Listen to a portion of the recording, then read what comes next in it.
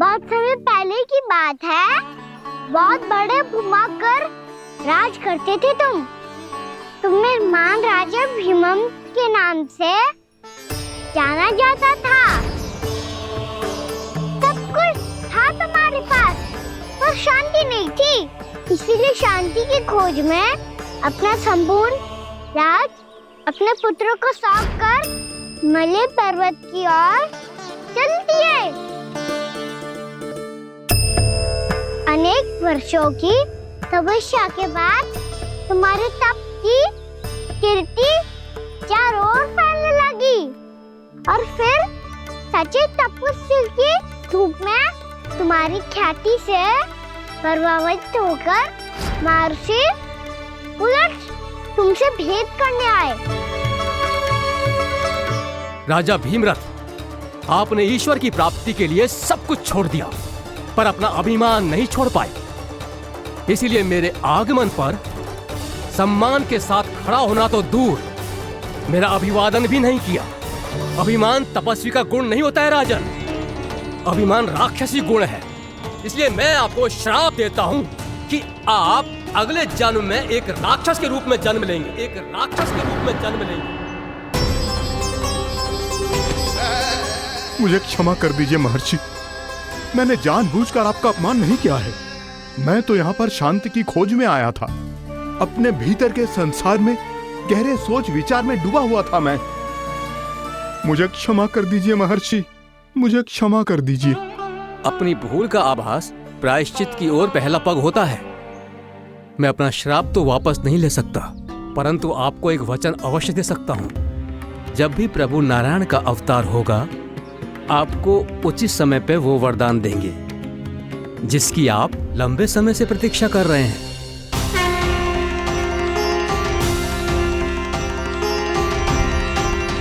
प्रभु, आपने मेरी आंखें खोल दी।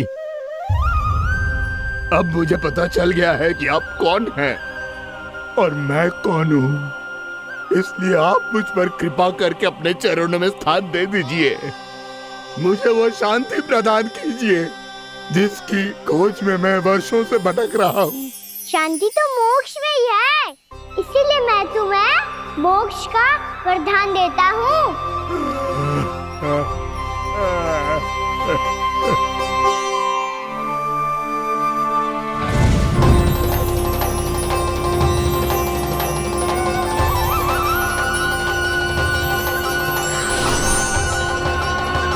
प्रभु की ये लीला सदैव स्मरण रखी जाएगी। इस स्थान को इनका आशीर्वाद मिलेगा और इस कंदरा को व्योमासुर की कंदरा के रूप में पहचाना जाएगा। भविष्य में अनेक ऋषि मुनियों की शरण स्थली बनेगी ये कंदरा।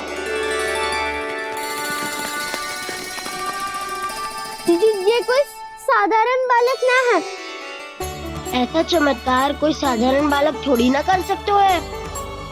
तुम सत्य कह रहे थे बलराम, गाना सच्ची में भगवान ही है।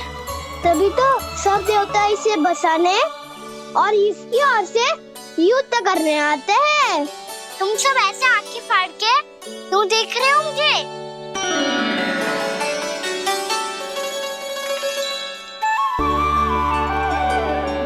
बलराम, तुम बलवान हो और कान्हा भगवान है। दूर दूर तक कोई दिखाई न दे रहा है। ना जाने किस हाल में होंगे बालक। कहीं हम ही तो मार्ग ना भटक गए शीघ्रता के चक्कर में। अब तो एक पग भी ना चलो जा रहे हो। जल, किसी के पास जल है क्या? कंठ तो मेरा भी सूख रहा है मौसी। भाभी, निकट ही जमुना जी है, कहूँ तो वहाँ से जल ले आओ। मैं भी जा रही हूँ भाभी, एक से भले दो।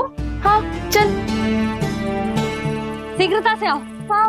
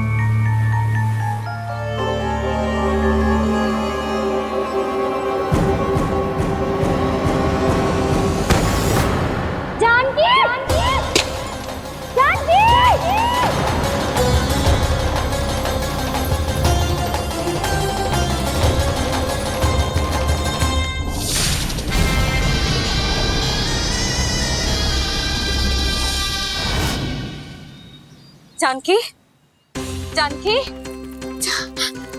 क्या होगा इसे? देखो ना जी, अब छलिया की सूचना मिलते ही हम सब बालकों को ढूंढने चली गई और ढूंढते ढूंढते सबको बहुत प्यास लगी आई जी। तो जानकी जमुना जी की नदी से जल लेने गई और उसने जमुना जी का पानी पिया और उसकी जेदशा हो गई। बालक कहाँ है? वो ठीक तो है ना? ऊपर ऊपर से सब ठीक है पर भीतर से बहुत भयभीत है सब। जानकी तो बिल्कुल नीली पड़ गया है। लग तो है विष फैल गया है इसको पूरे तन में। मथुरा के सर्वश्रेष्ठ विदेह जी को बुलाए गए हैं उसके उपचार के लिए। जैसे ही इसने जल को मुंह से लगाया, ये गिर पड़ी। चटपटाने का अवसर भी ना मिलो। हाँ वैद्य जी, और निकटी मृत पशु भी पड़े हुए थे। हाँ, मैंने भी अस्थियां देखी थी। इसका तो यही अर्थ हो सकता है कि समस्या वहाँ के जल में ही हो। वैद्य जी, आप रोगी की नाड़ी पे ध्यान दो ना। जे गोपिया क्या कह रही है उसे सुनने की आवश्यकता ना है। जब तक विष के कारण का पता नहीं चल जाता, हम उपचार कैसे कर सकते हैं रानी जी? जी, वो निकट ही यमुना जी में एक विशेष क्षेत्र है। ये सब उसी के जल की बात कर रहे हैं। तब तो ऐसा भी हो सकता है कि किसी विषैले सर्प के काटने का प्रभाव हो। पर सर्प के काटने का चिन्ह ना है उसके तन पे। सर्प जब काटता है तब उसके दांत के चिन्ह बन जाते हैं। मुझे पता है, बड़े बड़े सर्प को काटते हुए देखो है मैंने। एक दिन अब बात कर उज्जवल, ये बड़ी बड़ी हाँकने का समय ना है। पर यदि सर्प ने ना काटा है फिर जानकी की ये दशा किसने की? अवश्य किसी राक्षस ने की होगी। नाना, कोई विषैला पशु भी तो हो सकता है। यह अवश्य किसी महाविषैले सर्प के विष से हुआ है। सर्प ने भले ना काटा हो, लेकिन यह अवश्य ही किसी महाविषैले सर्प के विष के कारण हुआ है। कालिया नाग। कालिया नाग?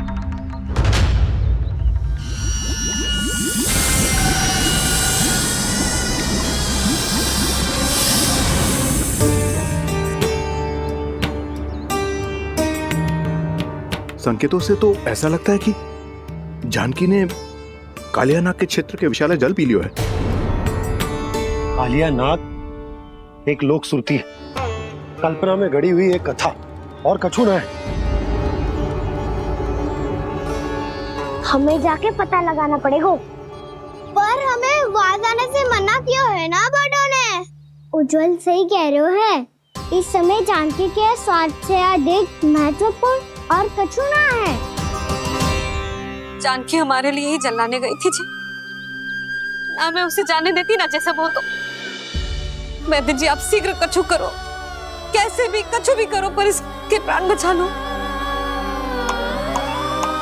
यशोदा, धैर्य रखो, श्री नारायण पर विश्वास रखो, वो सब ठीक कर देंगे।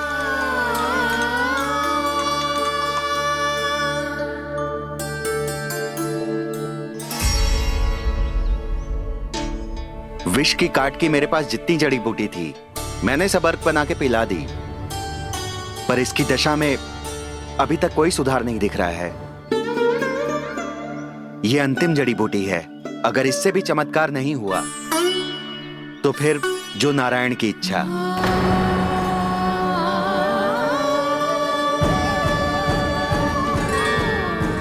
पर कोई तो उपाय होगा जानकी को बचाने का। कान्हा, यदि तुझे किसी औषधि के बारे में पता है हमें बता दे, हम जाके ले आएंगे।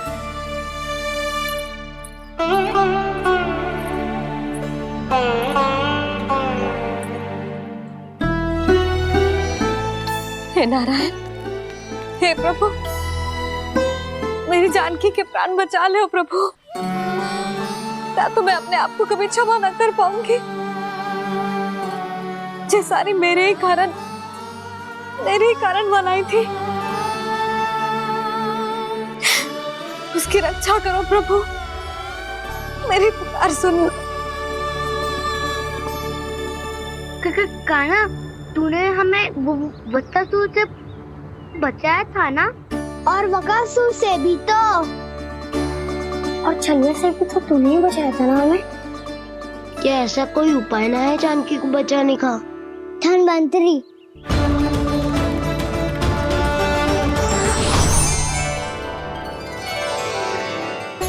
मैं आ गया हूं प्रभु, चिंता मत कीजिए, आपके आदेश का पालन अवश्य होगा। यशोदा मैया,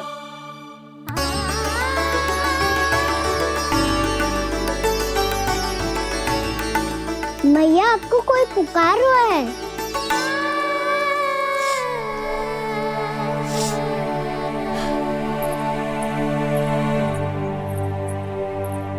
चिंता मत करो मैया, अब धनवंतरी जी आ गए हैं और सब संभाल लेंगे। धनवंतरी जी कौन है? जिन्होंने संसार का आयुर्वेद दिया, आरोग्य के देवता, वे श्री नारायण के अवतार।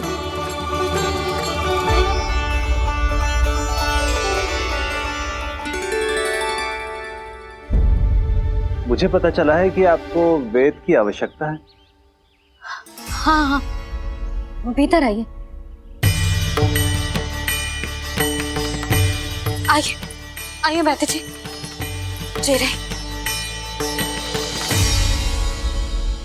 मथुरा का सर्वश्रेष्ठ वैद्य अर्थात मैं यहाँ आ चुका हूँ और रोगी को जितनी औषधि की आवश्यकता थी सब दे चुका हूँ।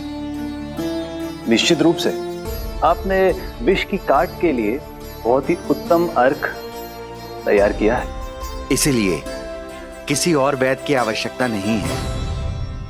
किंतु आप अकेले कितना कुछ करेंगे वैद्यराज, मुझे अपना सहायक ही बना लीजिए। पर जो करना था मैं पहले ही कर चुका हूँ।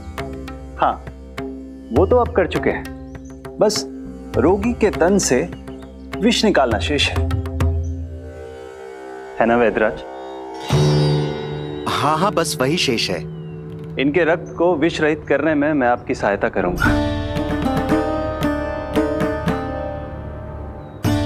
पहले ये संजीवनी मानी जाने वाली इन लाल फूलों की बूटी को भी घिसना है ना?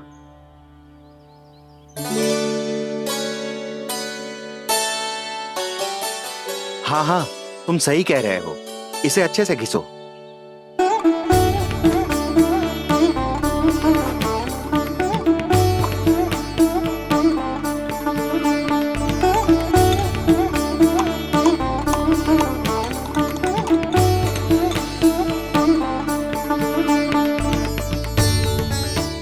और ये नीले फूलों को भी तो मिलाना है ना? हाँ हाँ, अच्छे सहायक बन सकते हो तुम, ऐसे ही श्रम करते रहो।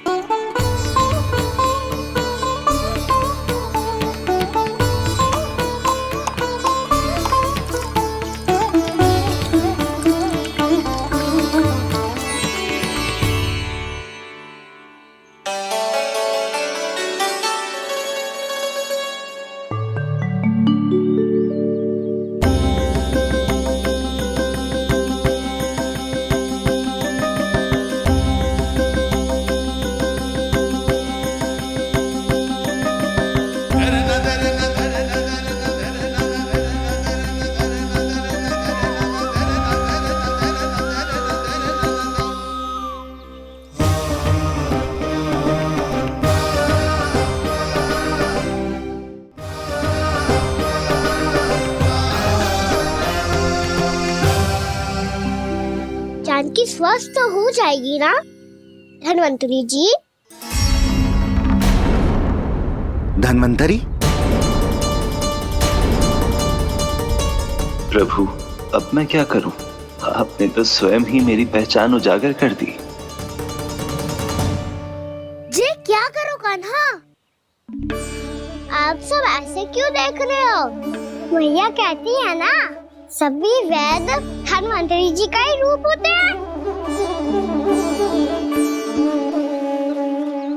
वाह कृष्णा, चतुर तो हो तुम। वैसे वास्तविक धन्वंतरी मैं हूँ, मेरा अर्थ है वास्तविक वैद्य मैं हूँ। ये तो मेरा सहायक है, मुझे पूरा विश्वास है बिल्कुल ठीक हो जाएगी। वैसे ही थोड़े ना मुझे मथुरा का सर्वश्रेष्ठ वैद्य कहते हैं लोग।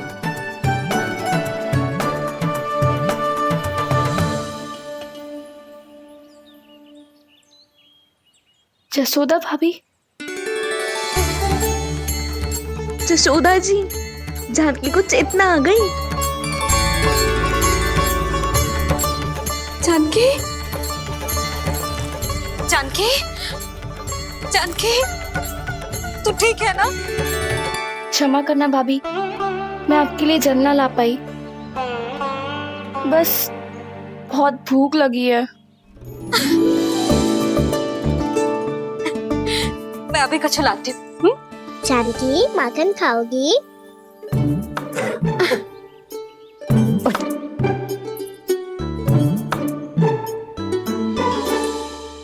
आजा, तू ही खिला दे लल्ला।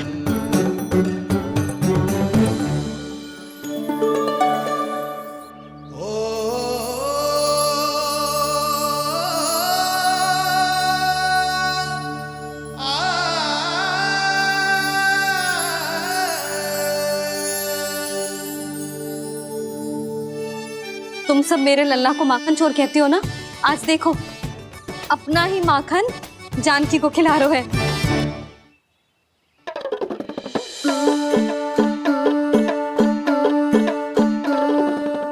थोड़ा और विश्राम कर लो। सदैव तुम हम सबकी सेवा करती हो, आज मैं तुम्हारी सेवा करूंगा। जानकी की जिद तब हुई जब जय यशोदा काकी की सेवा कर रही थी, और अब देखो स्वयं भगवान ही इसकी सेवा कर रहे हैं। जानते हो इससे क्या सिद्ध होता है? जो भी यशोदा मैया की पूजा करेगा, अर्थात अपने माता पिता की सेवा करेगा, उनके साथ सम्मान से व्यवहार करेगा, ईश्वर स्वयं उसका ध्यान रखेंगे। कभी धन्वंतरी के रूप में तो कभी स्वयं कान्हा के रूप में। भक्त और भगवान का देखो कैसा ये अनुराग, स्वयं करे सेवा प्रभु, अद्भुत गोपी का भाग्य। प्रभु इन सब पृथ्वीवासियों से कितना घुल मिल गए हैं। ना तो ये प्रभु को भगवान मानते हैं और ना ही प्रभु अपने आप को इनसे सर्वश्रेष्ठ समझते हैं। अपने आचरण से ये सिद्ध कर रहे हैं कि ये सभी में हैं और सभी इनका ही अंश है।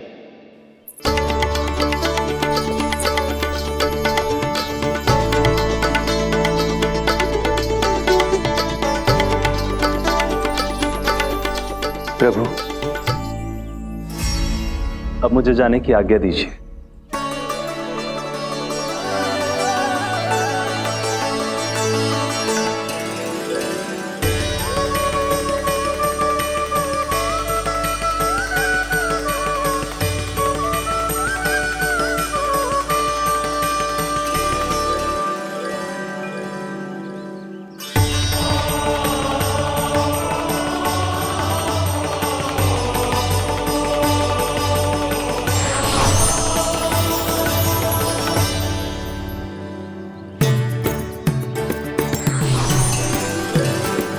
कान्हा ने तो सच्ची में धन्वंतरी जी को बुला लिया था।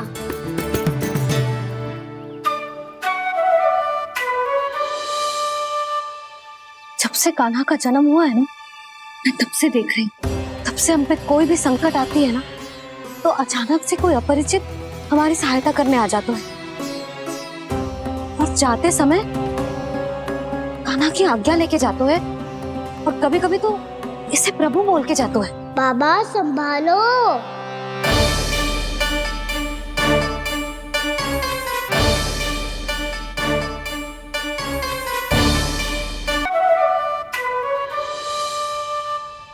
जब से कान्हा का जन्म हुआ है ना, मैं तब से देख रही हूँ, तब से हम पे कोई भी संकट आती है ना, तो अचानक से कोई अपरिचित हमारी सहायता करने आ जाता है, और जाते समय कान्हा की आज्ञा लेके जाते है, और कभी कभी तो इसे प्रभु बोल के जाते है।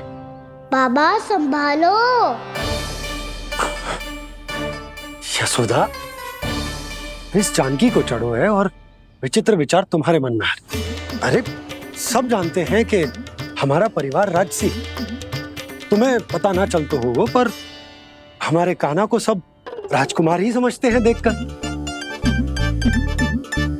इसीलिए उसे सम्मान देने के लिए सब ऐसा ही करते हैं, और कोई बात ना है।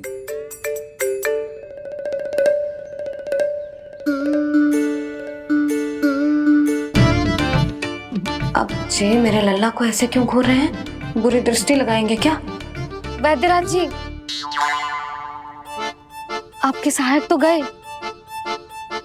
अब आप यहाँ क्यों? वो क्या है ना, मैं अपने रोगी का निरीक्षण करके पूरी तरह से संतुष्ट होकर ही जाता हूँ।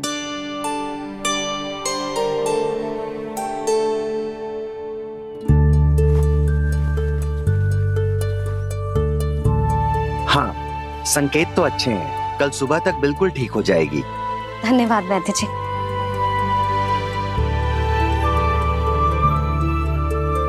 बस तो फिर हम कल पकड़न पकड़ाई खेलेंगे जानकी।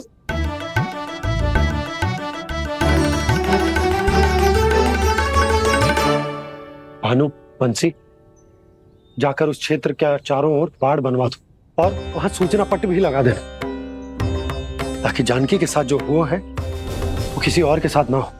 शीघ्र जाओ। जी ठीक है।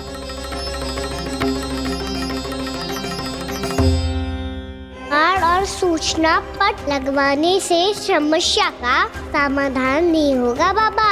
निर्दोष पशु सूचना पट देखकर भी कुछ समझ नहीं पाएंगे।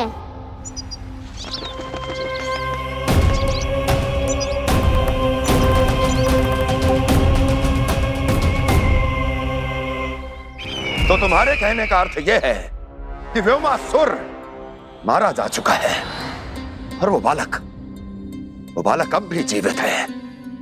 हाँ महाराज, मैंने गोप बालकों को कहते सुना था कि कृष्ण ने छलिया को मोक्ष दे दिया है, पर वृंदावन सुरक्षित नहीं है महाराज।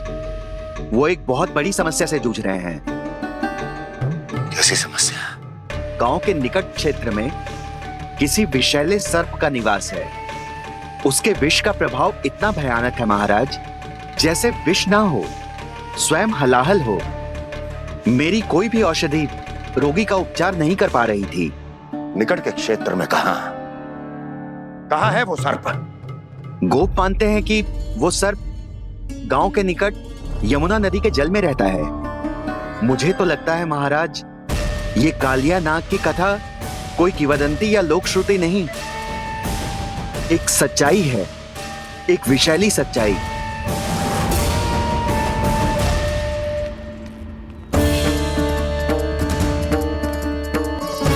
कालिया का सामना करने का समय आ गया है, पर उससे पहले मुझे बुलाना होगा उन्हें।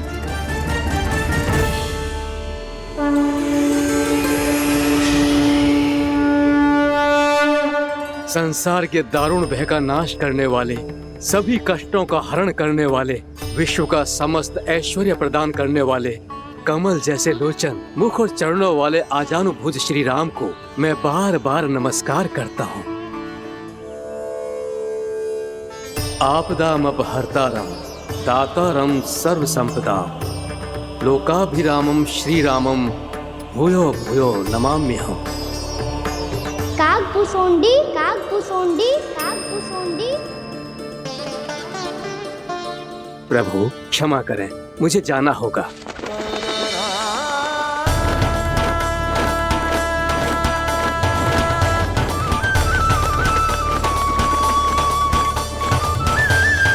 प्रणाम प्रभु। अनेक बार मैं आपके दर्शनों के लिए आया प्रभु। कभी नंद भवन के झरोखों से आपके दर्शन करके चला जाता था, तो कभी दूर किसी वृक्ष की आड़ से आपको निहार लिया करता था। आज आपने स्वयं मुझे बुलाकर धन्य कर दिया प्रभु।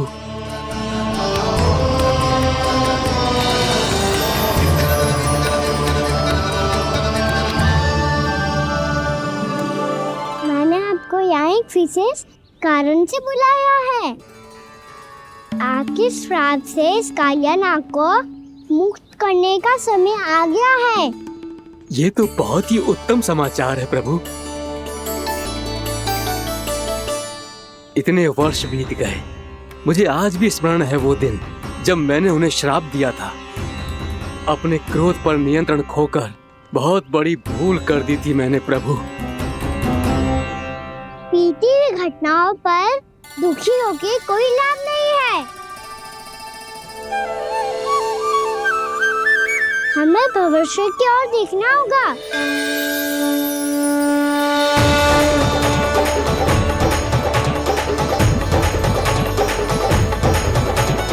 आदेश कीजिए प्रभु, क्या आज्ञा है आपकी? जब मैं कालिया नाग का सामना करने जाऊं, तो आप यही रहेगा। आपको अपने आप पता चल जाएगा कि कब क्या करना है।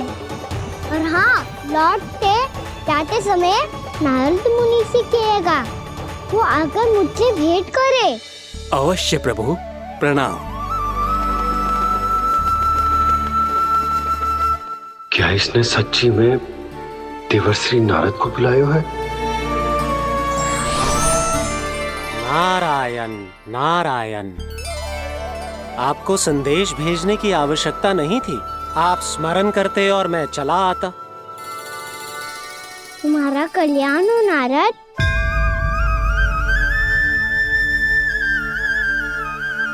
मैंने तुम्हें एक विशेष कार्य के लिए बुलाया है। आज्ञा दीजिए प्रभु। तुम्हें एक बार फिर कंस से भेंट करनी होगी। विचार कीजिए महाराज, क्या आप बिना किसी शंका के कह सकते हैं कि कौन सी पंखुड़ी पहली है और कौन सी 8वीं? उस दुष्ट से भेंट करना स्वयं कीचड़ में उतरने के समान है प्रभु। कमल पुष्प प्राप्त करना हो तो कीचड़ में उतरना पड़ता है नारद। आपका आदेश तो मैं स्वप्न में भी नहीं टाल सकता प्रभु। कंस कालिया नाग के बारे में जान गया है, पर वो उसका सामना करने का साहस नहीं कर पाएगा। मैं आतुर हूँ प्राप्ति, मूर्ख नहीं।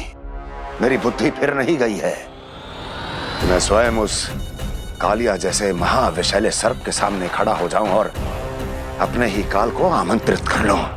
तो फिर अपने लाभ के लिए उसका प्रयोग करने का कोई और उपाय सोचिए स्वामी। कुछ ऐसा कीजिए कि यमुना नदी का पूरा जल विषैला हो जाए और वृंदावन वासी उसका उपयोग करे, और आपका काल कहलाने वाला वो बालक स्वयं काल के गाल में चला जाए।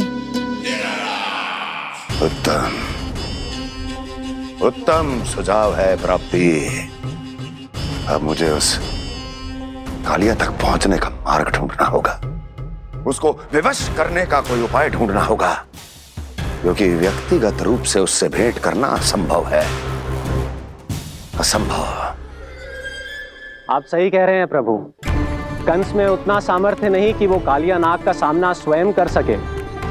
वैसे तो कालिया गरुड़ देव का भी सम्मान नहीं करता, तो फिर वो कंस का सम्मान क्यों करेगा भला? नहीं करेगा, पर कंस तुम्हारा सम्मान अवश्य करेगा नारद। तुम्हारी बातें भी सुनेगा और मानेगा भी। ये मेरी योजना का बहुत ही महत्वपूर्ण भाग है। तुम कंस के पास जाओ और कहो कि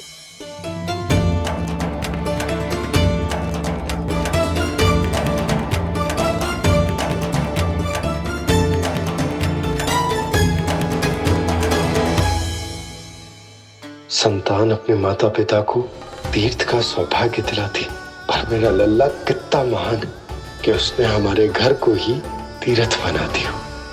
ऐसा तीर्थ जहां मेरी आंखों के सामने भक्त और भगवान का मिलन हो रहा है।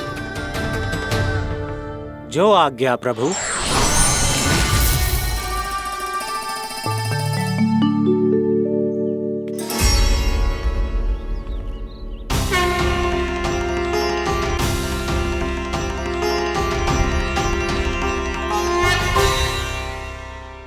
बाबा, कान्हा, ये सब क्या चल रहा है? पहले काक भुसुंडी जी और फिर जे नारद जी। क्या योजना बना रहे हो तुम? कान्हा, बताना लल्ला, क्या सोच रहे तू? कान्हा देख, अगर तुझे अपने बाबा को ना बताना हो ना, तो अपने भक्त को बता दे। क्या सोच रहे हो लल्ला? क्या करने वाले हो आप?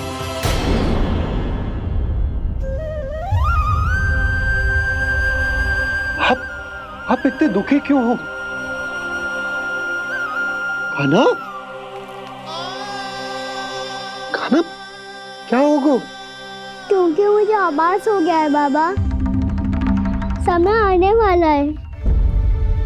कौन सा समय आने वाला है लल्ला? शीघ्र ही सब कुछ बदलने वाला है। भैया को मेरा सत्य पता चल जाएगा बाबा।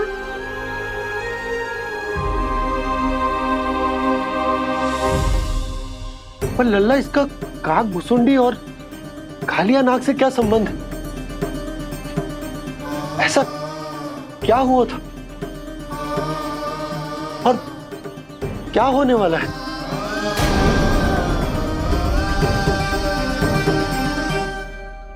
जो होने वाला है बाबा, उसका संबंध उससे है जो सैकड़ों वर्ष पहले हुआ था। महर्षि भृगु के एक वंशज थे वेद शिरोमणि, जो विंध्याचल की पहाड़ियों में साधना कर रहे थे। तभी वहाँ अश्वशिरा नाम के एक दूसरे मुनि आमंत्रण के बिना ही आ गए। कितना सुंदर और शांतिपूर्ण आश्रम है। यहाँ प्रभु की साधना करने में बहुत आनंद आएगा। शीघ्र ही अश्वशिरा मुनि उपस्थिति के कारण होने वाले व्यवधान से बाध्य होकर वेद शिरोमणि ने अपनी आंखें खोली। कौन हो तुम और यहाँ क्या कर रहे हो? आपके आश्रम में बहुत शांति है मुनिवर। साधना करने के लिए बहुत ही उत्तम स्थान है ये। मैं चाहता हूँ कि मैं भी यहाँ। आप यहाँ साधना करना चाहते हैं, लेकिन इतना भी नहीं जानते कि किसी के आश्रम में प्रवेश करने से पहले उसकी आज्ञा लेनी चाहिए। आप ये भी नहीं जानते कि यदि कोई यज्ञ कर रहा हो तो बिना अनुमति के वहाँ प्रवेश करने से उसकी यज्ञ साधना भंग हो सकती है। आप क्या साधना करेंगे मुनि? आप तो साधना के योग्य ही नहीं हैं। इतना अपमान! एक मुनि के मुख से इतने कड़वे शब्द शोभा नहीं देते। मैं तुम्हें श्राप देता हूँ, जितनी विषैली तुम्हारी जिह्वा है उतने ही विषैले सर्प बन जाओ तुम। और ऐसा सर्प जो सांस भी ले तो निकट का वातावरण दूषित हो जाए। तुम्हारे इस दुस्साहस के लिए मैं तुम्हें श्राप देता हूँ कि तुम अभी इसी क्षण कौवा बन जाओ, और ऐसा कौवा जो कांव कांव करके अनर्गल प्रलाप करता रहे।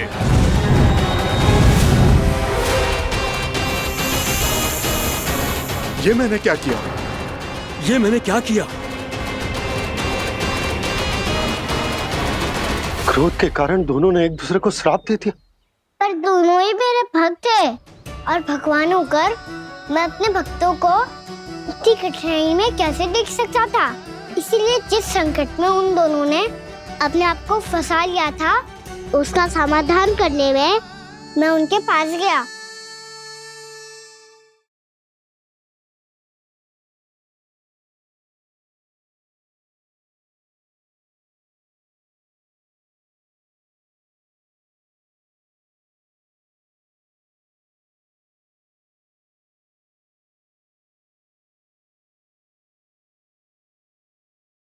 तंग करे मैया को खिजाए, खेले रूठे मनाए।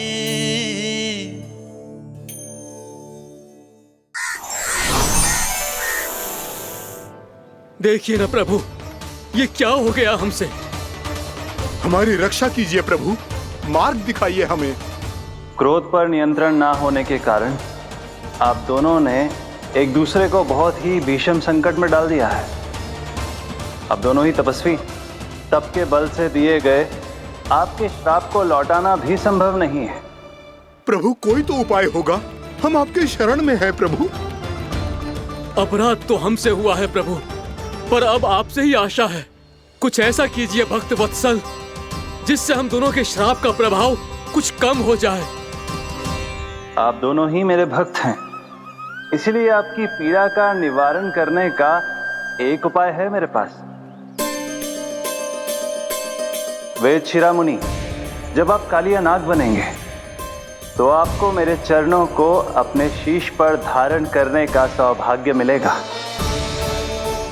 और अश्र शिरामुनि, आप काग योनि होने के बाद भी आप श्रेष्ठतम ज्ञान और सर्वाधिक यौगिक सिद्धियों के स्वामी होंगे और प्रवचन दिया करेंगे। इसके बाद अश्वशिरा मुनि काक भुसुंडी बन गए, जिन्होंने आगे चलकर सेम गरुड़ देव को रामायण सुनाई। और मुनि वेदशिरा महर्षि कश्यप और देवी कत्रियों के पुत्र कालिया नाग बनकर जल में। और अब वही कालिया नाग जमुना जी में, जिनके कारण जानकी के प्राण लगभग चले ही गए थे। अब कालिया नाग को उचित स्थान पर भेजने का समय आ गया है बाबा। पर ये तो अच्छी बात है कान्हा, वेदशिरा मुनि को दिया हुआ तुम्हारा वचन भी पूरा हो जाएगा, जमुना जी की शुद्धि भी हो जाएगी। इस सब के बाद भी तुम दुखी क्यों हो? क्योंकि इसके बाद मैया के सामने मेरा रहस्य खुल जाएगा बाबा। उन्हें पता चल जाएगा कि उनका बालक कोई साधारण बालक ना है। भविष्य में जो होने वाला है उसे सबके सामने घटने से रोकना मेरे लिए भी संभव ना होगा। मैया को सब पता चल जाएगा। क्या पता चल जाएगा रे मुझे?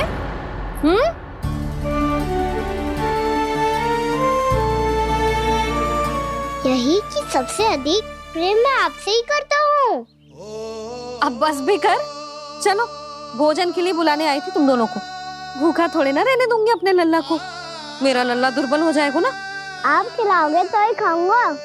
हाँ ठीक है, मैं ही खिलाऊंगी। अब चल, आओ जी चल।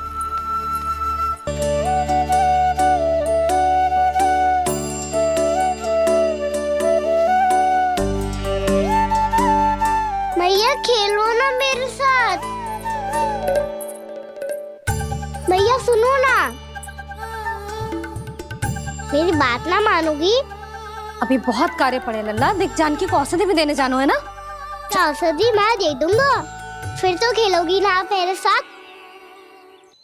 पिछले कुछ दिनों से अपनी मैया का अधिक से अधिक प्रेम पाने का प्रयास करो है कान्हा। इसका तो एक ही अर्थ हो सकता कि कछु बहुत बड़ो होने वालों है। कान्हा रुक जा लल्ला।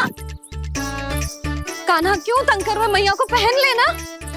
कान्हा, कान्हा, ये क्या करो तूने?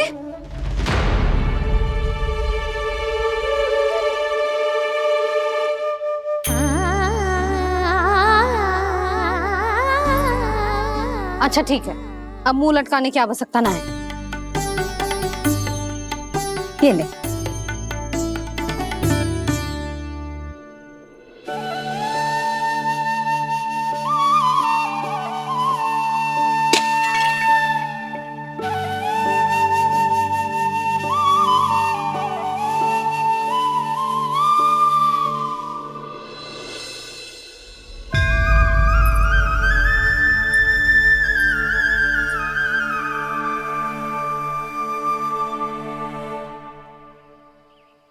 तंग करे मैया को खिजाए, खेले रूठे मनाए, लीला अनोखी करके शरारत, कान्हा दंड भी पाए।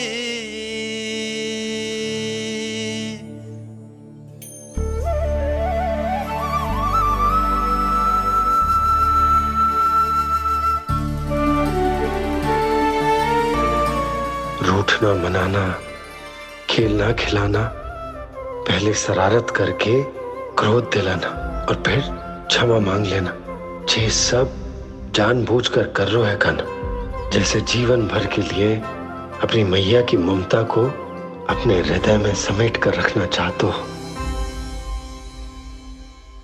कैसे कैसे करूं उस कालिया से मित्रता, कैसे करूं उसका उपयोग?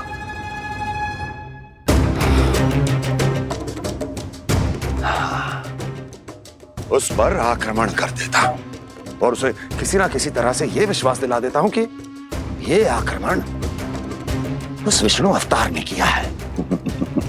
फिर वो क्रोध में आकर सारे वृंदावन वासियों को अपने विष से समाप्त कर देगा। उचित है, ये उचित है। नारायण हरि, नारायण हरि।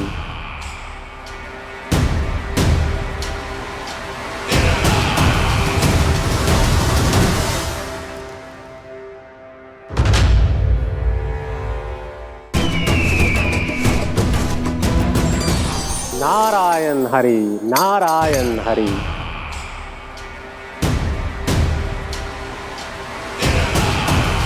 प्रणाम देवर्षि। किस योजना में कितना लाभ है और कितनी हानि, यह आंकलन करते करते थक गए होंगे मथुरा नरेश। देवर्षि, आज मेरा ध्यान कैसे आ गया आपको? आप तो सदैव ही मेरे ध्यान में रहते हैं महाराज कंस। सत्य तो यह है कि मथुरा में जो भी हो रहा है मुझसे छिपा हुआ नहीं है। मैं जानता हूं कि आप किसी भी असुर को वृंदावन क्यों ना भेजें, और वो असुर कितना भी शक्तिशाली क्यों ना हो, कृष्ण का सामना नहीं कर पाता। या तो पराजय स्वीकार करके आपके पास लौट आता है, या तो फिर वीर गति को प्राप्त हो जाता है।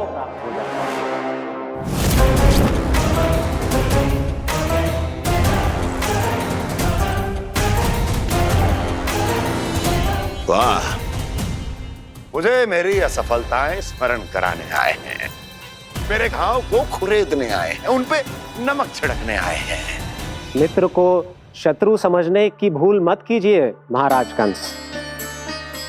मैं तो आपकी सहायता करने आया हूं। हाँ, और मेरी सहायता। कृष्ण विष्णु अवतार है, आप विष्णु के भक्त हैं। मैं हूं विष्णु द्रोही, फिर भी तो आपके आराध्य को हानि पहुंचाना चाहता है, उसकी सहायता करना चाहते हैं आप। क्या आप निश्चित रूप से कह सकते हैं कि आप ब्रह्मांड के सभी नियमों को अच्छी तरह समझते हैं? अवश्य। आपके लिए बस इतना ही जानना पर्याप्त होगा कि मैं जो कुछ भी कर रहा हूं उसके लिए मेरे व्यक्तिगत कारण हैं। मैं तो बस आपके हित में पिछली बार की तरह एक सुझाव लेके आया था, पर यदि आप मेरा सुझाव सुनना भी नहीं चाहते तो आपकी इच्छा। नारायण हरि, नारायण हरि। कारण चाहे जो हो, इनके पिछले सुझाव के कारण ही आज मेरे शत्रुओं की संख्या कम है। अन्यथा मैं देवकी के अन्य पुत्रों को भी जीवित छोड़ देता, और आज वो सब अपने भाई के साथ मिलकर उसकी शक्ति को अनेक गुना बढ़ा देते हैं। ठहरिए देवऋषि।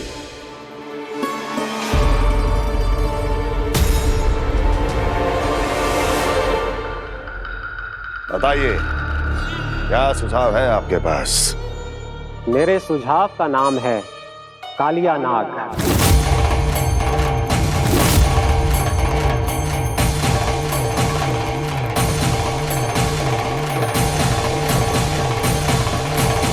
उसके विषय में मैं जानता हूं देवर्षि। तो समस्या यह है कि मैं स्वयं उससे मिलने नहीं जा सकता, उससे भेंट नहीं कर सकता। उस कृष्ण की हत्या के लिए उसको वृंदावन जाने के लिए तैयार नहीं कर सकता। तो मत जाइए उसके सामने, और ना उसे भेजिए कृष्ण के सामने।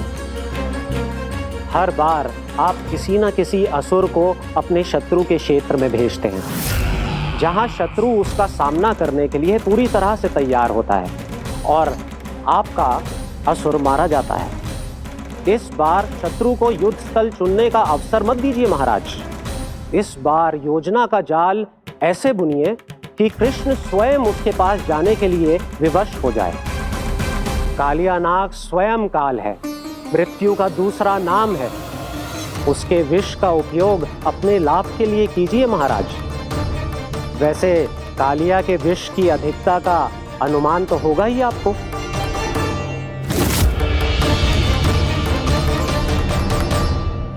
एक बार जो उसके क्षेत्र में पहुंच गया, फिर उसके विष से बचना असंभव है। उचित सुझाव है देवर्षि, उचित सुझाव है। देवर्षि, उस छलिया विष्णु की भक्ति करते करते आप भी उसके रंग ढंग सीख गए हैं। उचित है।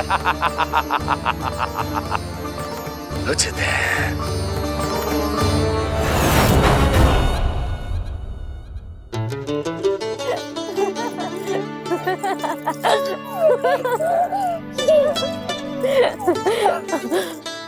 बस बस, बहुत आनंद ले लियो लल्ला। बस अब दूध पी ले। ठहर ठहर, गर्म है। जी ले।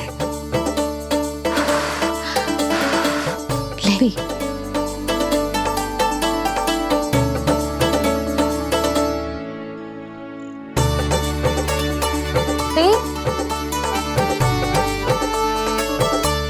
मैं ना होती तो ना जाने क्या हो तो तेरा। अपने आप दूध भी ना पी सकते है, भावला कहीं का। आपकी इस प्रेम के लिए तो मैं धरती पे आया हूँ मैया। मैं भी यही सोच रहा हूँ यशोदा कि तुम ना होती तो मेरा क्या होता। इसी बात पे थोड़ा दूध और कजू खाने को दे दो। अरे मैं तो भूल ही गई। तनिक ठहर जाओ जी, दूध पी लेना तो आपके लिए भी कछु ले आती हूँ।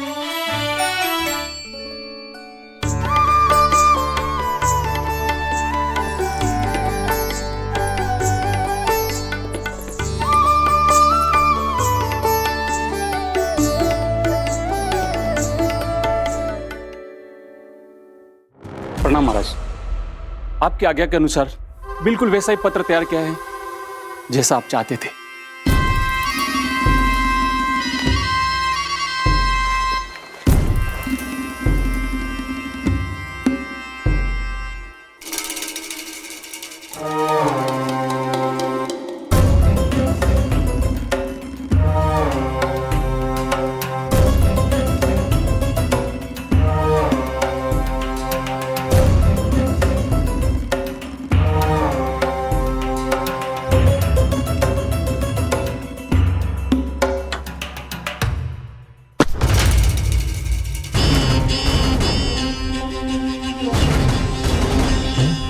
कृष्ण जन्म से लेकर आज तक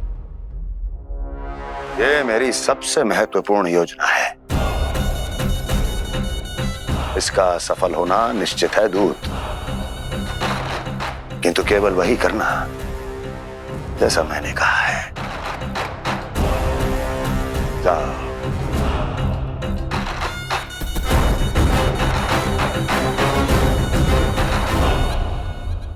कान्हा,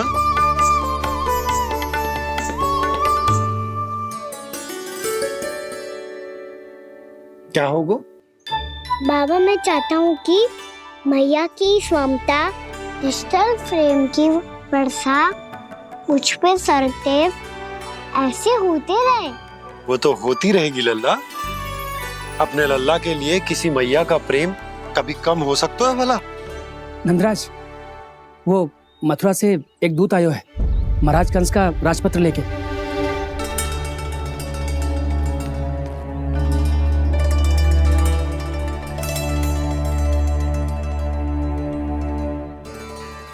कान्हा अब क्या करने वाला है?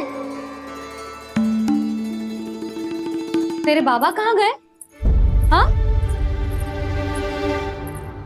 कंस मामा का खेल आरंभ हो गया है, पर मैया वो सब सुनेगी तो व्यर्थ चिंतित हो जाएगी। बस थोड़ा बाहर गया मैया, कछु खा लिया से। बाहर इस समय? मैया क्या होगा? मैया देखो ना, पीठ पे कछु हो रहा है। मेरा हाथ ना पकड़ो, आप करो ना। यहाँ? क्षमा करना मैया, पर अभी बाबा को ही संभालने दो ये सब। कहिए, क्या संदेश लाए हैं आप? नहीं नंदराज, नहीं। महाराज कंस का आदेश है कि ये संदेश सभी गांव वालों के साथ ही पढ़ा जाए। ठीक है, मैं गांव वालों के सामने पढ़ दूंगा, पर मुझे तो दीजिए पढ़ने के लिए। महाराज की आज्ञा का पालन करना आपके लिए भी आवश्यक है नंदराज। सभी गांव वासियों की सभा बुलाइए। बंसी, सभी गांव वालों की सभा बुलाओ। राजपत्र में ऐसा क्या संदेश भेजो है कंस ने? अब मेरे पत्र को पढ़कर सब भौचक के रह जाएंगे। और वो कृष्ण, उस कृष्ण के पांव के नीचे से तो भूमि खिसक जाएगी, आकाश फट पड़ेगा, बिजलियां गिर जाएंगी। प्राप्ति, ओ प्राप्ति, कंस का पत्र। स्वयं को बहुत अधिक शक्तिशाली समझता है ना वो। अब देखता हूं कैसे वो इस महासंकट का सामना करता है। वो कृष्ण, वो अपनी मृत्यु स्वयं चुनेगा या मृत्यु की वेदी पर चढ़ा देगा प्रिय वृंदावन वासियों को।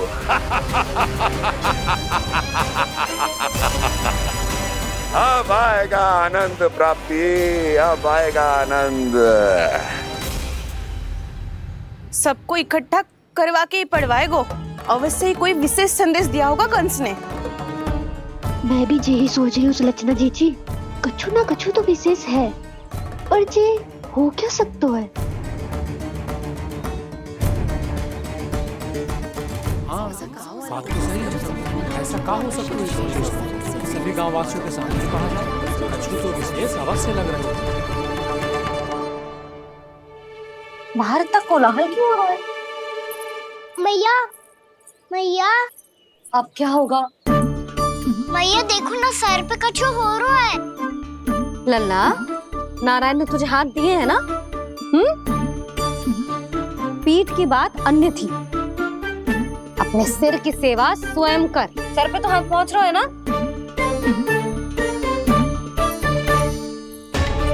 मैया सुनो ना, मैया देखो ना, तीव्र कर, कछु हो रहा है। मैया देखो ना, तीव्र कछु हो रहा है।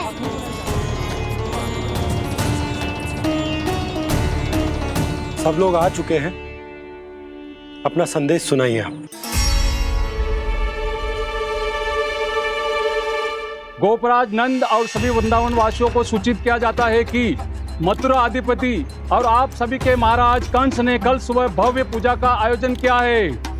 इसके लिए राज्य को वृंदावन के क्षेत्र के निकट यमुना नदी के मध्य में खिलने वाले 1 कोटि कमल के पुष्पों की आवश्यकता है। इसीलिए आप सभी को यह आदेश दिया जाता है कि ये सभी कमल के पुष्प प्रथम पहर से पहले राजसभा में पहुंचा दिए जाए। सारे वो भी प्रथम पहर से पहले कैसे हो सकते हैं? यदि आप ऐसा करने में असफल रहे तो इसे राज आज्ञा का उल्लंघन माना जाएगा और राजद्रोह के आरोप में आप सभी को कड़े से कड़ा दंड दिया जाएगा। स्मरण रहे, यदि कल की पूजा में इन 1 कोटि कमल के पुष्पों का ना पहुंचने के कारण कोई व्यवधान आया तो समस्त वृंदावन वासियों को दोषी माना जाएगा और पूरे गांव को निवासियों सहित धूल में मिला दिया जाएगा। कल प्रथम पहर तक का ही समय है आप सबके पास।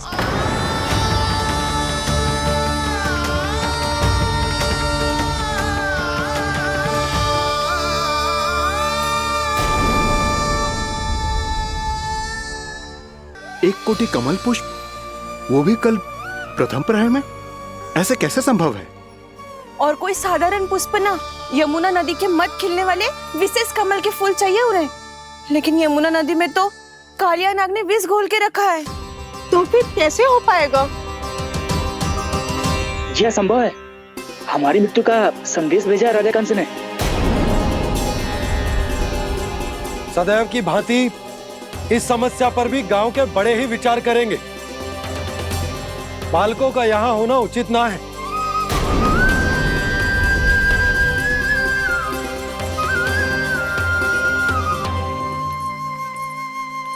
लल्ला, ले जे गेंद ले, जा अपने सखाओं के साथ खेल।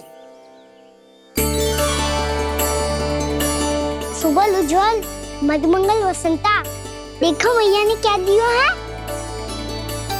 चलो खेले, बहुत आनंद आएगा आज।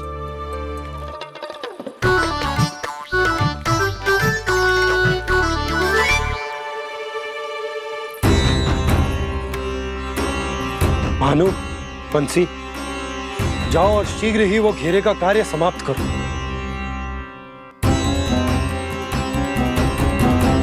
पर कछु ना कछु तो करना पड़ेगा ना। पर हम कर ही क्या सकते हैं? पुष्प लाने को और कोई उपाय है भी तो ना। मैं चला जाऊंगा जमुना जी में। वैसे भी मेरे जीवन के कितने दिन शेष बचे हैं। गांव के लिए, समाज के लिए कुछ करके मरूं, तभी तो शांति मिलेगी। ना काका, यदि आप उस विषैले जल में छलांग लगा भी दोगे, किंतु 1 कोटि कमल पुष्प एकत्रित कर पाना आपके लिए संभव ना है। इससे अच्छा है कि मैं चला जाऊं। यदि मैं मर भी गया तो मेरे पीछे रोने वाला कोई ना है। किसी को कहीं जाने की आवश्यकता ना है। गोप नरेश होने के नाते ये मेरा कर्तव्य है कि मैं आप सबकी रक्षा करूं। नंदराज, आपको जाना है तो जाओ। हरिया, काका, भैया सब चले जाओ। लेकिन आपको पता है वहाँ का जल कितना विषैला है। आप लोग एक क्षण भी जीवित नहीं रह पाओगे। फिर कैसे इकट्ठा करेंगे 1 कोटि कमल पुष्प? आप बात तो सही कह रही हैं शांति। उस दुष्ट कंस ने ऐसी मांग रख के हम सबको फंसा दिया। हम में से कोई भी क्यों ना चला जाए और इस संकट का समाधान ना निकले को। कान्हा, बताना कौन सा खेल खेले? गेंद पकड़ खेलते हैं, पर एक बात सुन लो सब, कोई भी तीव्र गति से ना फेंकेगा गेंद को। भैया ने स्वयं बनाई है मेरे लिए। सब तैयार हो?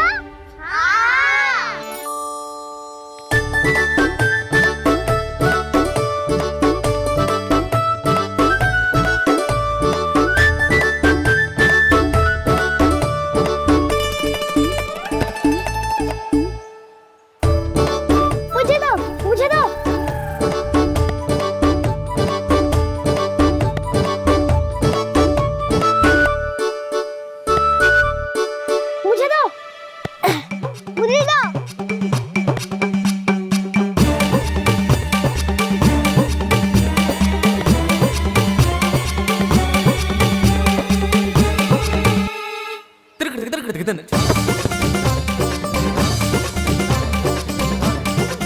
कान्हा, इतनी धीरे से फेंकेगो तो कैसे आनंद आएगो? थोड़ा बल लगा के फेंक। हाँ कान्हा, हम अभी बड़े हो गए हैं, तू अब भी छोटे बालकों की तरह फेंक रहा है।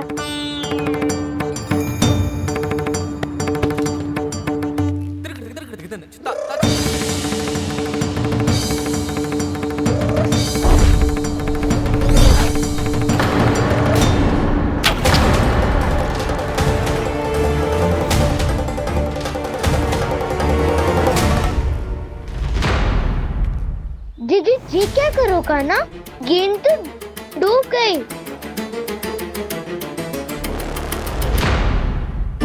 अच्छा, तो ये सब इसकी योजना का भाग था, ताकि ये कालिया का सामना कर पाए।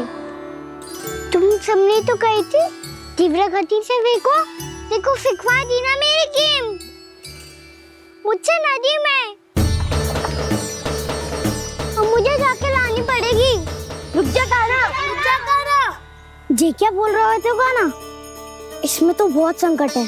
कोई भी संकट मेरी मैया का उपहार खोने से बड़ा ना है।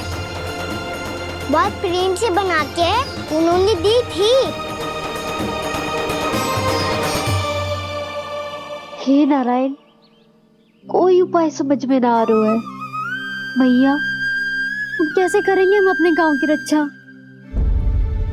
कीड़े पड़ेंगे उस दुष्ट को। यदि उसके कारण किसी के प्राण चले गए तो कौन सा फल मिलेगा उसे इस पूजा का? तुम सही कह रही हो यशोदा।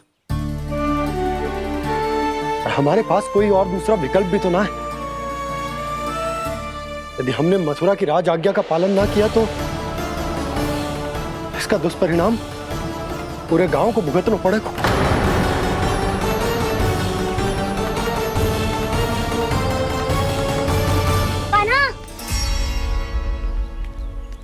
तुम्हें पता है कि तू भगवान है, दिव्य है, बहुत शक्ति है तुझमें, पर फिर भी हम तुझे विषैले जल में ना जाने दे सकते। कुछ होगा तो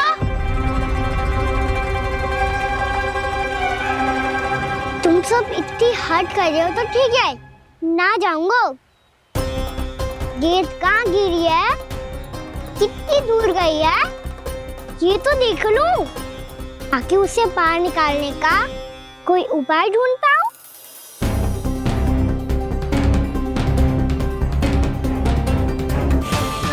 हाँ।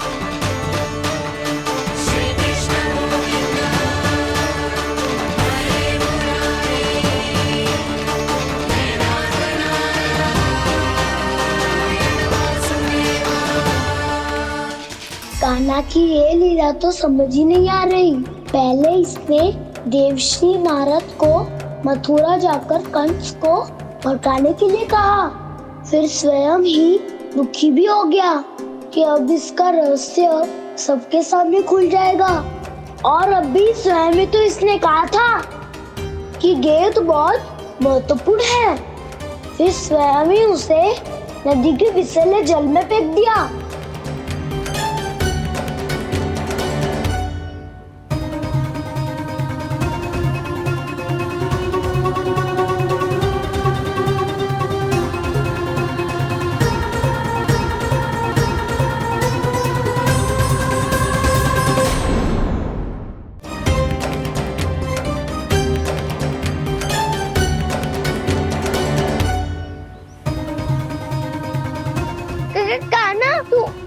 ऊपर क्यों चढ़ रहा है? अरे ऊंचाई से देखूंगा तभी तो गेंद दिखेगी।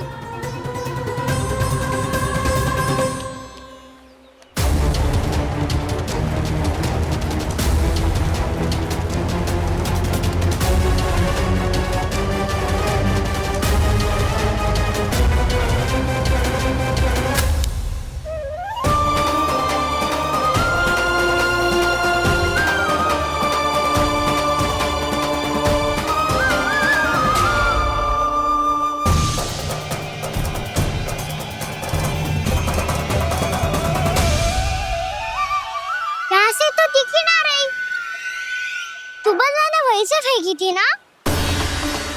ना वहाँ से फेंकी थी। कहाँ से? नहीं कहना वहाँ से। समझ ना आ रहा, ठीक बताना कहाँ से फेंकी थी?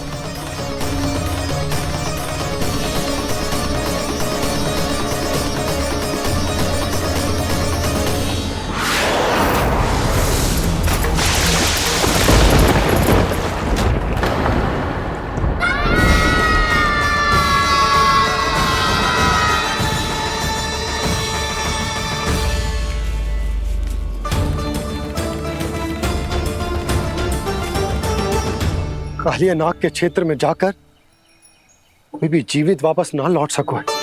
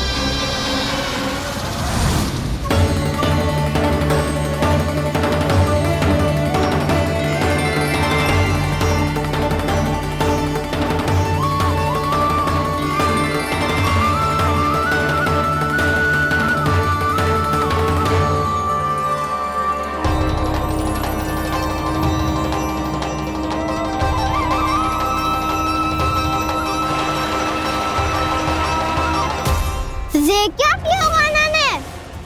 कालिया नाग तो उसे देखते ही निकल जाएगा।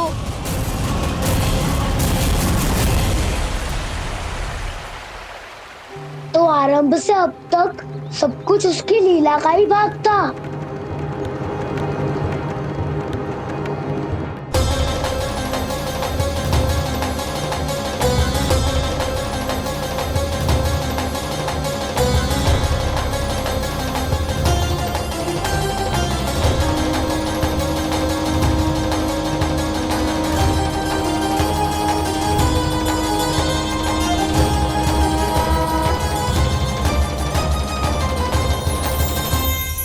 इतना सुंदर रूप, मन मोहने वाली मुस्कान, अद्भुत तेज और भगवान जैसी दिव्यता। कौन हो तुम? हाँ, तुम्हें देखकर तो हम सब सम्मोहित ही हो गए।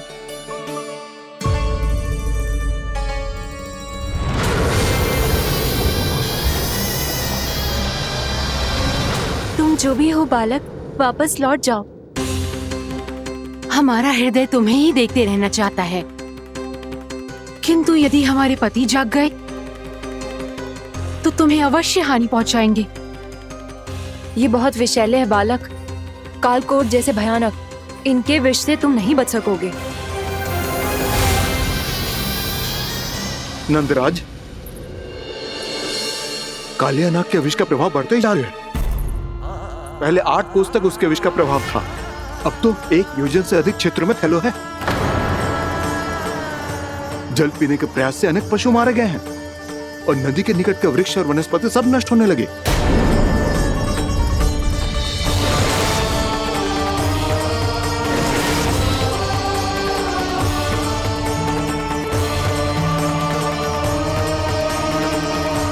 इनके विष की तीव्रता इतनी अधिक है बालक कि इनके संपर्क में आने वाले को तड़पने का भी अवसर नहीं मिलता। इनके विष की अग्नि क्षण भर से भी कम समय में प्राणवायु को जलाकर राख कर देती है।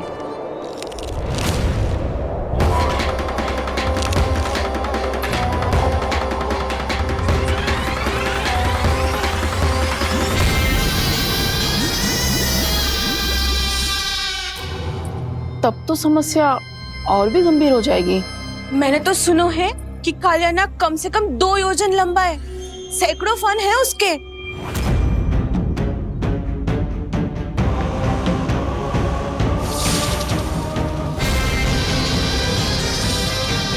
इसका अर्थ तो ये है कि हम दोनों ओर से फंस गए। एक और कंस को 1 कोटि कमल पुष्प देने जो कि कालिया नाग के क्षेत्र में पड़ते हैं, और दूसरी ओर उस कालिया नाग का विष यमुना जी के क्षेत्र में बढ़ता ही जा रहा।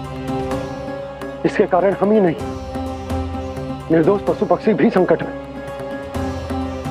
इन दोनों समस्याओं का एक ही समाधान है, उस कालिया नाग का सामना करना। और ये ना समझ आ रहा कि हम ये करेंगे कैसे, क्योंकि ये बात साधारण मनुष्य के बस की ना है। हमारे लिए ये असंभव है।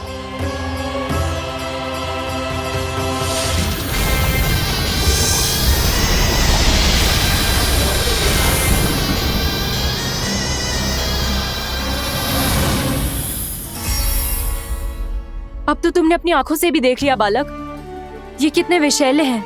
नींद में भी विष उगलते हैं। इससे पहले कि तुम्हें कुछ हो जाए, चले जाओ यहाँ से, मान लो हमारी बात। आप सब मुझे जानती भी नहीं और फिर भी मेरी इतनी चिंता कर रही हैं आप। माँ की ममता भेदभाव नहीं जानती। तुम भी किसी के पुत्र हो और हम सब भी माँ हैं। एक माँ को हर बालक में अपनी ही संतान दिखाई देती है, इसलिए हम तुमसे विनती करते हैं, वापस चले जाओ, बचा लो अपने प्राण। मेरी चिंता मत कीजिए, मुझे कुछ नहीं होगा। होगा, अनर्थ होगा यदि ये उठ गए तो।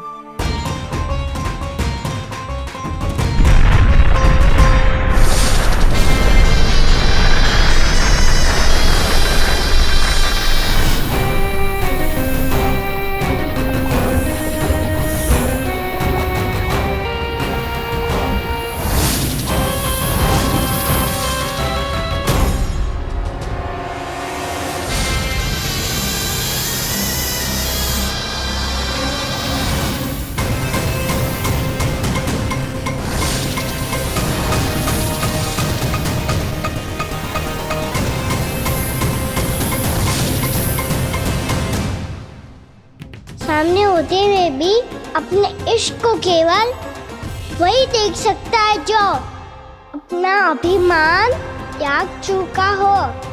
पर पूर्व जन्म में मेरा भक्त होने के नाते मेरा सत्य स्वरूप देख पाने में मुझे इसकी सहायता करनी चाहिए।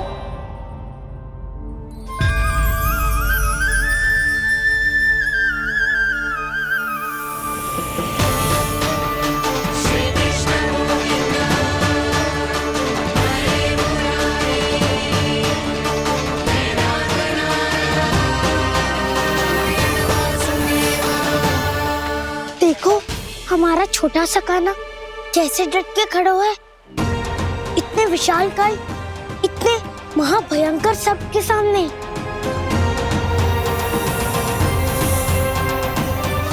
ये कोई भगवान नहीं है जो इसके सामने हाथ जोड़ रही हो तुम सब।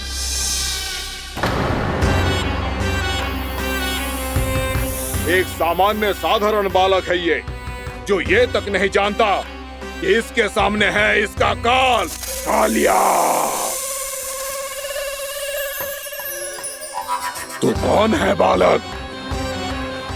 मेरे इतने निकट आकर भी तू जीवित कैसे है? मेरी नहीं, अपनी चिंता करो कालिया। बहुत मनमानी कर ली तुमने। अब बस मैं तुम्हें रोकना हूँ। अब बस मैं तुम्हें रोकना हूँ। मैं तुम्हें रोकना हूँ। बित्ते भर का है तू, मेरे विष के बारे में जानता ही क्या है? और कहता है मुझे रोकने आया है। किससे? किससे रोकना चाहता है तू मुझे? मुझे क्रोध दिलाने की भूल मत कर बालक। अपनी फुंकार से ही तेरी इस मुस्कुराहट को अंतिम मुस्कुराहट बना सकता हूं मैं। शीघ्र बता, कौन है तू और किसने भेजा है तुझे? तुम्हें आवाज भी है कि अपनी पुकारों से तुम कितना विष भूल चुके हो। पवित्र यमुना नदी को कितना दूषित कर दिया तुमने। और यही नहीं, तुम्हारे कारण निकट के जीव जंतुओं, वृक्ष, वनस्पतियों सबको हानि पहुंच रही है। तो क्या? मुझे उससे क्या? मुझे है आपत्ति है मुझे तुम्हारे इस व्यवहार से, और इसीलिए तुम्हें यहाँ से जाना होगा। यहाँ से जाना होगा।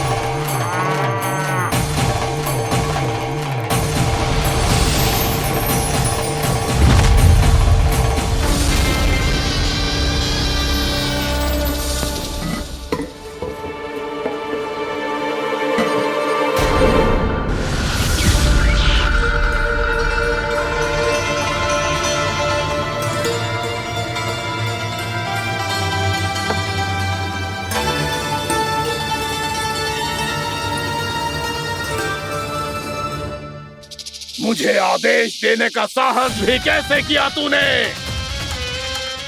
इस क्षेत्र को मैंने अपना राज्य बनाया है, मेरा परिवार रहता है यहाँ, और तू मुझे यहाँ से जाने के लिए कह रहा है? हाँ, क्योंकि तुम्हारे यहाँ रहने के कारण अन्य जीवों को हानि हो रही है, और मैं ऐसा नहीं होने दे सकता। मैं तो बस वही कर रहा हूँ जो एक सर्प का स्वभाव है। विष फैलाना स्वाभाविक है मेरे लिए, इसलिए मुझे चुनौती मत दे बालक। चुनौती तो मैं दे चुका हूँ कालिया। अब तो बस तुम्हें स्वीकार करनी है।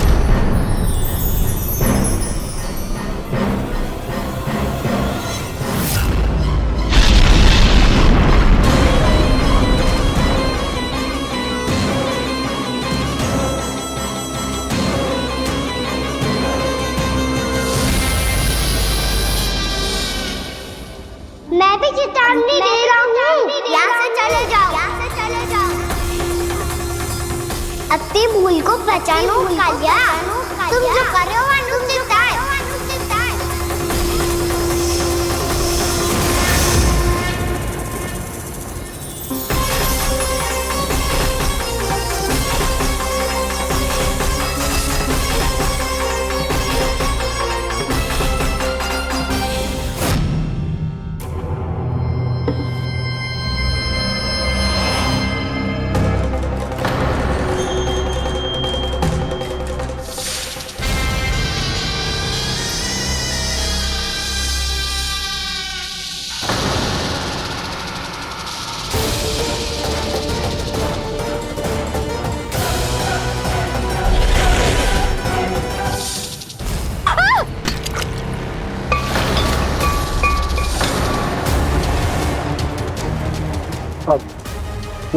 मैं आता हूं।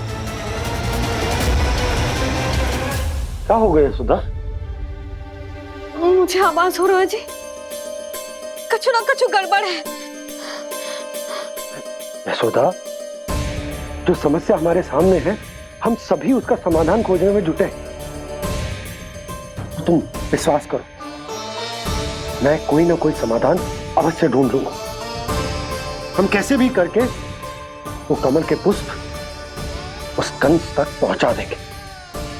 नाना, समस्या उससे कहीं अधिक है, उससे कहीं अधिक बड़ी, उससे कहीं अधिक भयानक है।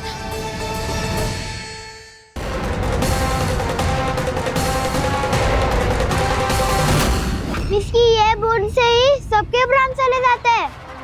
इसने तो विस्की धारियां फेंके हुए हैं खाना पे। कान्हा कैसे बच्चे को अधिक विष से? इसका विष तो क्या, ये सर स्वयं भी छू तक नहीं पाएगा हमारे कान्हा को।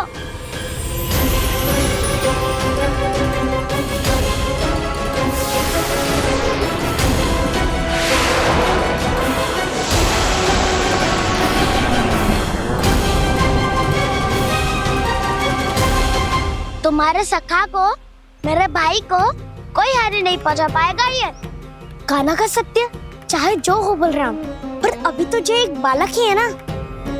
देखो कैसे विष के कारण स्थिर हो गया है।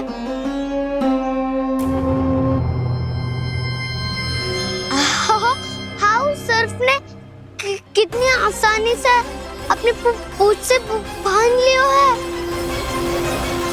मुझे यहाँ से भगाना चाहता था ना तू? अब मैं तुझे दिखाऊंगा अपना सामर्थ्य। ये मूर्ख किसे बांधना चाहता है अपनी पूंछ में? उन्हें जिनका विस्तार सारे ब्रह्मांड में है, या उन्हें जो स्वयं अनंत है? पर देवराज, प्रभु ऐसा करने ही क्यों दे रहे हैं कालिया को? आप सब भूल रहे हैं देवगण, कालिया पूर्व जन्म में प्रभु का बहुत बड़ा भक्त था। उसी भक्ति का फल मिल रहा है अब इसे। वैसे भी भक्तों के मन का भाव सबल हो तो भगवान तो सहज ही बंध जाते हैं।